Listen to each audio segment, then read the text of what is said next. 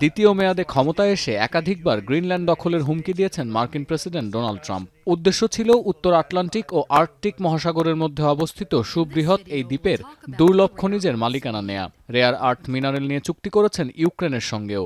রাশিয়ার সাথে চলমান সংঘাতে মার্কিন অর্থ সহায়তার ক্ষতিপূরণ হিসেবেই কিয়েভের সঙ্গে এই চুক্তি সেরেছে ওয়াশিংটন।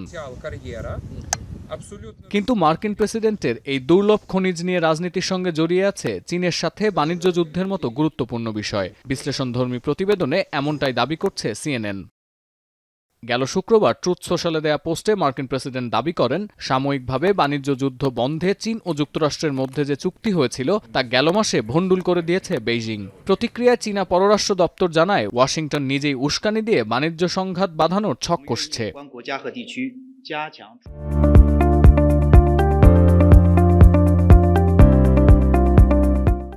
মার্কিন গণমাধ্যম সিএনএনের প্রতিবেদনে বলা হচ্ছে, গেল এপ্রিলে ট্রাম্প যখন চীনা পণ্যে লাগামহীন আমদানি শুল্ক আরোপ করেন, এর প্রতিক্রিয়ায় রেয়ার আর্থ মিনারেলের বাজার একাই দখলের পাল্টা চাল দেয় বেইজিং। দুর্লভ 7টি খনিজ উপাদান এবং এর থেকে তৈরি পণ্য যুক্তরাষ্ট্রে রপ্তানির ক্ষেত্রে কঠোর অবস্থান নেয় শি জিনপিং প্রশাসন।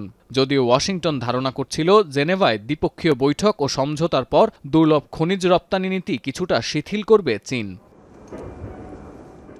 দুর্লভ খনিজ আমদানিতে যুক্তরাষ্ট্রকে নির্ভর করতে হয় চীনের ওপর। মার্কিন ভূতাত্ত্বিক সংস্থার জরিপে বলা হচ্ছে, 2020 থেকে 2023 পর্যন্ত যুক্তরাষ্ট্রে আমদানিকৃত দুর্লভ খনিজের 70% এসেছে বেইজিং থেকে।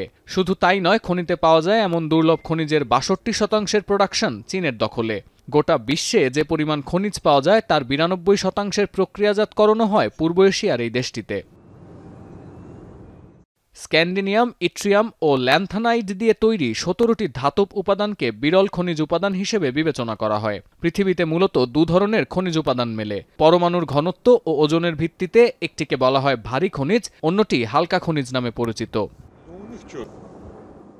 ভারী খনিজ যেমন দুর্লভ, তেমনি এর উত্তোলন প্রক্রিয়া অত্যন্ত জটিল, যে সক্ষমতা যুক্তরাষ্ট্রের নেই। বিশেষ করে ক্যালিফোর্নিয়ায় যে দুর্লভ খনিজের খনি পাওয়া গেছে, সেখান থেকে মিনারেল আলাদা করতে যুক্তরাষ্ট্রকে নির্ভর করতে হয় চীনা প্রতিষ্ঠানের ওপর। চীনের সঙ্গে বাণিজ্য যুদ্ধ জিইয়ে রাখলে দুর্লভ খনিজ আমদানির বিকল্প ভাবতে হবে ওয়াশিংটনকে। তাই দুর্লভ খনিজ চালান সচল রাখতে চীন ছাড়াও ইউক্রেন, গ্রিনল্যান্ড ও সৌদি আরবের ওপর নজর রেখেছে যুক্তরাষ্ট্র।